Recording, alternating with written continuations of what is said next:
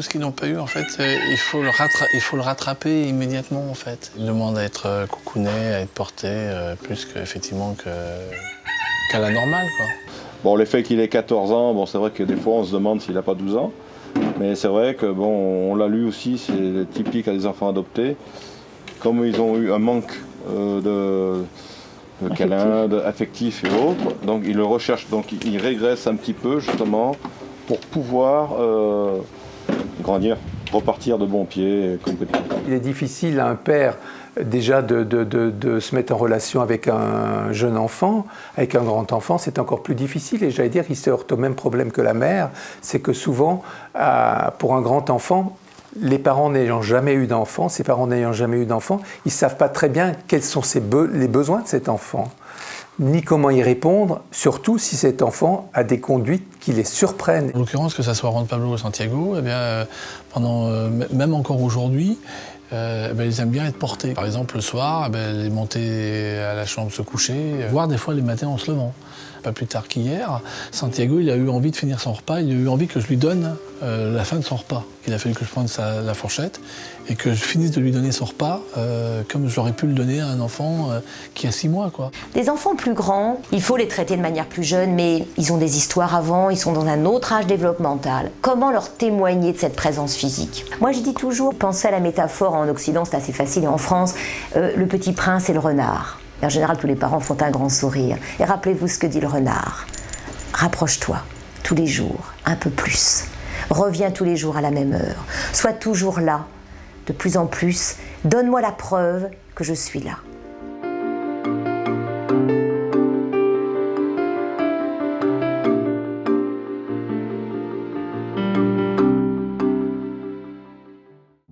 J'informe beaucoup les parents des difficultés que peuvent avoir leurs enfants du fait de l'orphelinat ou de l'institution s'il en vient, ou s'il sort d'une famille d'accueil, du processus de deuil. Et donc, par exemple, les conduites alimentaires, la gestion du stress, ce sont des enfants qui ne supportent pas les frustrations, qui ne supportent pas l'imprévisibilité. Il faut des rituels, des routines, quelque chose qui soit d'une régularité qu'on oublie beaucoup. C'est vrai que les rituels, c'est important. Pour les enfants, on pose des pierres, des jalons dans la vie, dans le quotidien. Ça les rassure. Ça les rassure, ça c'est très clair. On va lire une histoire ?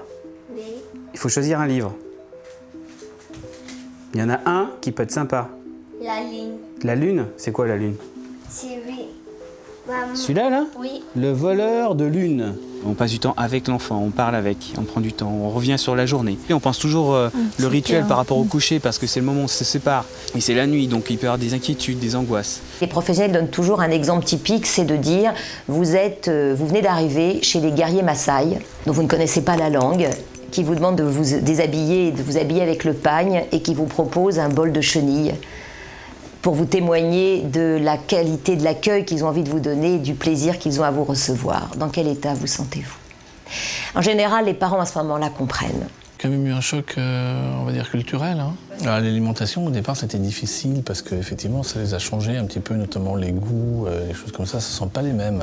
Ça les a un petit peu changés. Il est fort possible que pour des enfants qui arrivent dans un environnement extrêmement différent, qui va depuis la nourriture, la manière de manger, un environnement urbain, pourquoi pas, on voit bien, si les enfants étaient en pays d'Amérique du Sud, en Colombie, dans une ville, c'est sûr qu'on ne doit pas laisser les vélos dehors. Ils ont été très très surpris qu'ici on pouvait dormir effectivement avec les portes ouvertes, les fenêtres ouvertes, laisser effectivement son vélo à l'extérieur.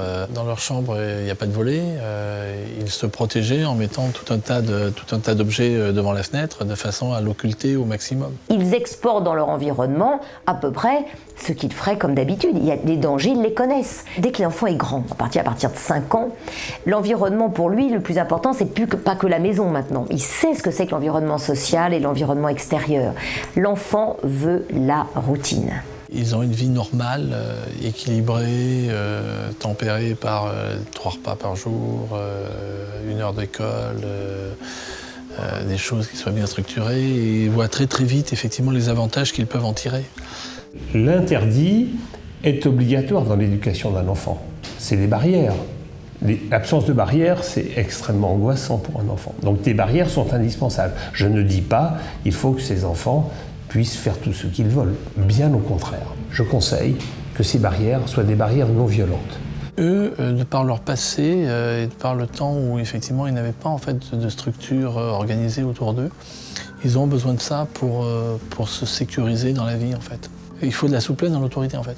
Il y a la question du changement de langue, du bilinguisme pour un enfant plus grand, de modèles culturels différents. L'école en France par rapport à une école ou en Colombie ou en Russie, c'est peut-être pas forcément la même. Il y a tous ces aspects-là qui rentrent en ligne de compte. Bon, ils avaient eu un parcours, Santiago commençait juste à lire et à écrire en espagnol en Colombie. Donc il y avait tout à apprendre et tout à faire. Vous ne précipitez pas pour mettre les enfants à l'école ou en collectivité, surtout s'il y a un obstacle linguistique. Regardez sur Terre l'homme, les hommes sont noirs, rouges, blancs, jaunes, marrons. Ils ont intégré une classe d'âge avec 2 ans d'écart. C'est-à-dire que Juan Pablo est rentré en CM1 alors qu'il aurait dû être en 6e et Santiago est rentré en CM2 alors qu'il aurait dû être en 5e. C'est un avantage pour eux parce qu'ils sont en situation de réussite au lieu d'être en situation d'échec. Il faut accepter qu'un enfant adopté ne soit pas à son niveau scolaire correspondant à sa tranche d'âge. Il faut tout à fait l'accepter, ça. L'année prochaine, il a sa place en 4e et s'il faut qu'il redouble sa 4e en fin d'année pour qu'il soit plus consolidé, il redoublera. S'il va bien, il passera. Voilà.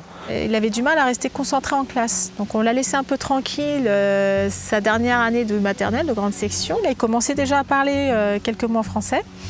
Donc il a commencé les séances d'orthophonie, qu'il continue encore aujourd'hui. Il a fait de gros progrès, on arrive à le comprendre aujourd'hui. On s'est rendu compte qu'ils étaient tirés vers le haut et faisaient d'énormes progrès en contact avec d'autres enfants de leur âge. Dans le cadre de l'adoption, le principal sujet, c'est de se dire que nous-mêmes, on n'est pas les acteurs de l'enfant, mais on est simplement les accompagnateurs en fait, de ces projets. Il faut que les gens ne se bloquent pas sur l'âge des enfants.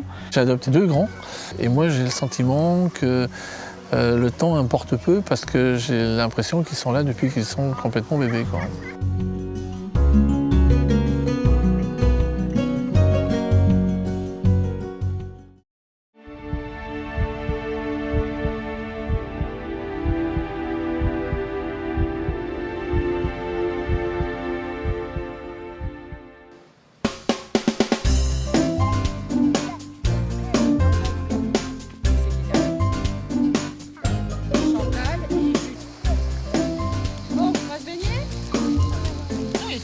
Celui-là. Allez, on prend celui-là aussi. J'ai décidé d'avoir un enfant de façon biologique. J'ai eu recours à la procréation médicalement assistée et j'ai fait une grossesse extra-utérine qui a failli mal tourner puisque j'ai eu une hémorragie et j'ai été opérée et voilà. Donc je me suis dit que peut-être je n'étais pas faite pour avoir un enfant biologiquement et que j'allais mettre peut-être mon projet d'adoption en route un peu plus tôt. Qu'est-ce qui pousse à l'adoption ? En général, c'est la stérilité d'un couple ou alors c'est l'échec aussi pour un adulte célibataire d'avoir pu construire un couple pour adopter un enfant ou pour avoir un enfant biologique. Les parents qui sont en quête d'enfants, ça fait souvent, ils ont souvent des parcours difficiles. Ce sont des gens qui sont en souffrance et qui sont dans une quête absolue d'enfants. Alors moi, dans mon objectif, étant mère célibataire, je ne pensais pas avoir un petit enfant.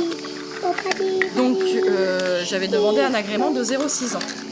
Et j'avais demandé quand même un enfant à besoins spécifiques, puisque pour moi ça faisait partie de mon projet. Donc ce projet doit être à la fois ouvert, mais délimité en fonction de leur capacité d'accueil, de leurs attentes de l'enfant, chez l'enfant, et de ce qu'ils se sentent capables d'accepter. En fait, l'Agence française d'adoption propose un questionnaire et on remplit, donc soit oui, soit non, soit je ne sais pas. Il leur est adressé un questionnaire pour leur permettre d'envisager toutes les éventualités qui existent en termes de handicap, maladies chroniques, maladies transmissibles, problèmes de santé opérables ou curables. J'ai eu d'abord un appel du médecin de l'Agence française d'adoption. On s'est entretenu pendant 1 heure sur les différentes pathologies qui correspondaient aux enfants à besoins spécifiques. Et là, donc ce médecin m'a proposé un enfant porteur du virus de l'hépatite B. J'ai tout de suite accepté parce que ça ressemblait vraiment à quelque chose de très simple. Je vois des parents qui me déclarent leur hostilité vis-à-vis des psychiatres, leur hostilité vis-à-vis des psychologues. C'est des choses que l'on voit assez souvent, ça. Il est clair que les gens qui ont cet état d'esprit que je respecte tout à fait, on peut ne pas aimer les psychiatres, ça ne me gêne pas, mais il est clair que ces gens sont pour moi encore plus à risque. Ça veut dire qu'ils sont dans le souhait d'être les seuls maîtres à bord. Et en matière d'adoption internationale, en matière d'adoption d'enfants avec des besoins de santé, être le seul maître à bord, c'est à mon avis un gros facteur de risque d'échec. Et à chaque fois qu'on parlait de Lucas tout au long des démarches, la question qui revenait tout le temps, c'est il est vraiment pour moi, parce que j'avais vraiment l'impression que c'était pas possible. En tant que mère célibataire, je pouvais pas avoir un enfant si petit. Pour une famille monoparentale, c'est très compliqué. Quel est le soutien familial ? Quel est le soutien social? Quel est le soutien professionnel? N'hésitez pas à demander de l'aide. Et c'est souvent difficile, car les parents qui adoptent ont souvent déjà l'idée qu'il y a une telle dette par rapport à la société. Ils ont l'impression déjà qu'ils ont tellement de chance que l'aide est souvent difficile à demander. Quand je suis allée chercher Lucas 5 jours après, au moment de la remise officielle, je savais bien que c'était lui quand on me l'a amené. Donc voilà, là c'était un moment aussi important où je me suis sentie mère, c'est-à-dire je suis devenue maman. Les témoignages que j'ai eus, c'est plutôt des témoignages émotionnels qui passaient complètement outre son passé de maladie, ou ses maladies actuelles en tout cas. Tout de suite, je l'ai pris dans les bras. Alors au début, il était un peu réticent. Et puis après, il s'est agrippé à moi. Il était accroché, il est resté dans mes bras. Et après, quand nous étions à l'hôtel, je sais que la nuit, par exemple, il se réveillait et il s'agrippait à mon bras. Ou à la sieste, il dormait. Puis tout coup, il se levait pour voir où il était. Et il se rendormait, comme s'il était rassuré d'être où il était. Mais il a été très vite mon fils. C'est une rencontre où il y a beaucoup d'émotions de part et d'autre. Et on a l'impression que... aussi bien du côté de l'enfant que du côté des parents, il y a une recherche et qu'à un moment ou un autre, ces deux parties qui sont en recherche se trouvent. La seule difficulté, c'est comme étant mère célibataire, à la maison, personne ne m'appelle maman. Donc, quand il est arrivé à la crèche, les éducatrices lui disaient « T'inquiète pas, maman va revenir, maman va venir ». Et pour lui, ça ne voulait rien dire parce que c'est qu'au mois de juillet qu'il m'a vraiment appelé maman et que c'était vraiment bien identifié.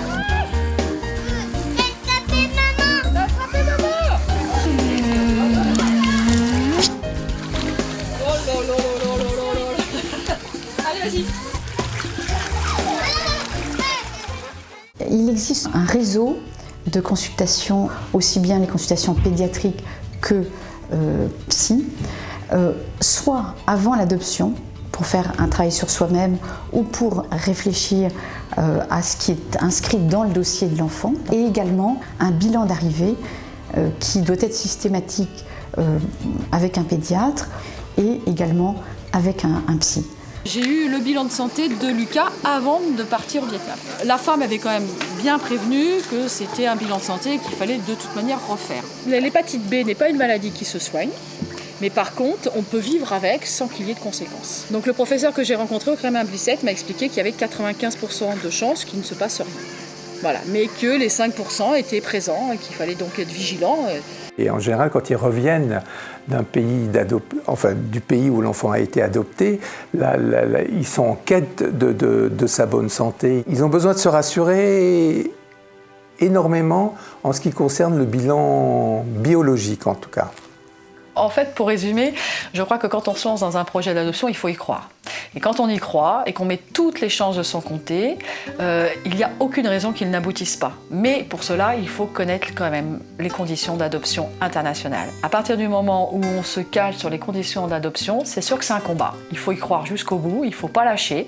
Mais quand on y croit et qu'on voit le résultat, on est vraiment très content parce que moi, mon fils me rend, je suis la plus heureuse des mamans. Et j'ai le plus adorable des petits garçons. Donc je suis contente et je remets ça. Beaucoup de gens viennent consulter un pédiatre dans une consultation d'adoption avec, et c'est une très bonne chose, l'idée de pouvoir dépister les maladies tropicales, les maladies liées à l'adoption, la tuberculose, l'hépatite B, la syphilis congénitale, c'est des réalités. La situation qui me pose le plus de problèmes, c'est l'avenir psychique de l'enfant. Est-ce que cet enfant va s'intégrer dans sa famille? Est-ce que cet enfant va devenir un enfant, un adolescent et un adulte heureux et bien dans sa peau? C'est là la vraie question.